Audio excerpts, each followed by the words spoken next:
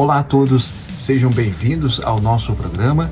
Na edição de hoje temos uma convidada muito especial, Alice Marinho, que está no 6º semestre de Gestão Hospitalar no IFSC, e ela vai nos ajudar a entender melhor sobre o neoliberalismo e seus impactos na área da saúde. Seja muito bem-vinda, Alice. Obrigada, é um prazer estar aqui contribuindo para essa discussão tão importante.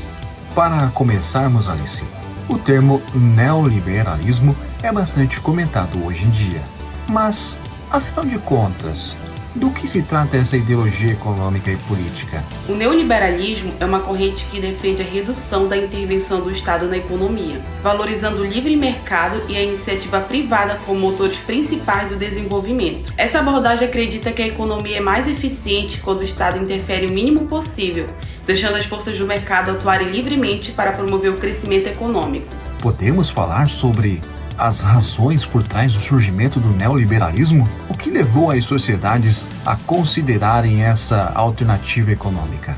O neoliberalismo surgiu em resposta à crise econômica na década de 70, quando o modelo keynesiano, que até então era dominante, começou a ser questionado. As ideias neoliberais ganharam força, especialmente porque muitos acreditavam que o Estado estava interferindo demais na economia, resultando em ineficiência e alto custo para a sociedade. O neoliberalismo prometia reativar o capitalismo com maior liberdade do mercado e menos controle estatal.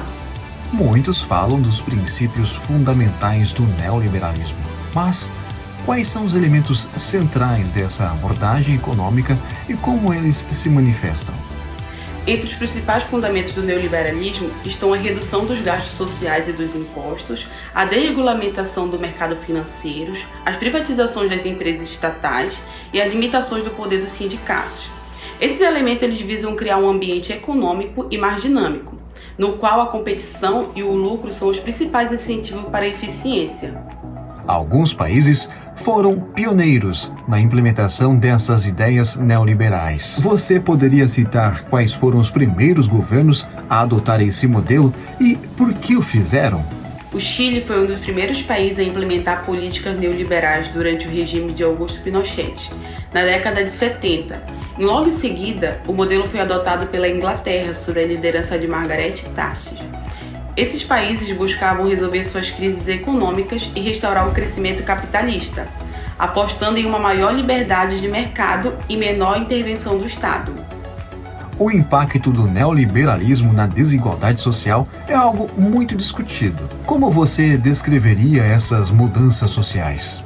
O neoliberalismo teve um impacto profundo na desigualdade social, aumentando a concentração da renda. Segundo o autor Perry Anderson, o modelo reduziu a carga tributária sobre os mais ricos e aumentou os lucros de empresas, mas ao mesmo tempo o salário e as condições de trabalho não acompanharam esses ganhos, o que gerou mais disparidade social.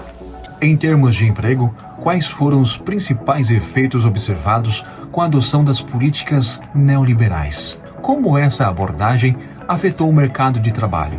Um dos resultados mais notáveis foi o aumento da taxa de desemprego. Com o neoliberalismo, o mercado de trabalho passou a priorizar a eficiência econômica e a redução dos custos levou ao aumento de automoção e a desvalorização de mão de obra nos países onde essas políticas foram implementadas. O desemprego aumentou significativamente, o que reforçou a precarização do trabalho. E quanto ao controle da inflação, Alice? Podemos dizer que o neoliberalismo trouxe algum resultado positivo nessa área?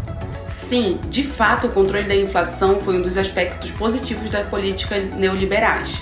A austeridade e o corte dos gastos ajudaram a estabilizar os preços, especialmente na década de 70, quando a inflação era uma preocupação central para as economias ocidentais. Ao longo dos anos, houve críticas de que o neoliberalismo não teria promovido um crescimento econômico sustentável.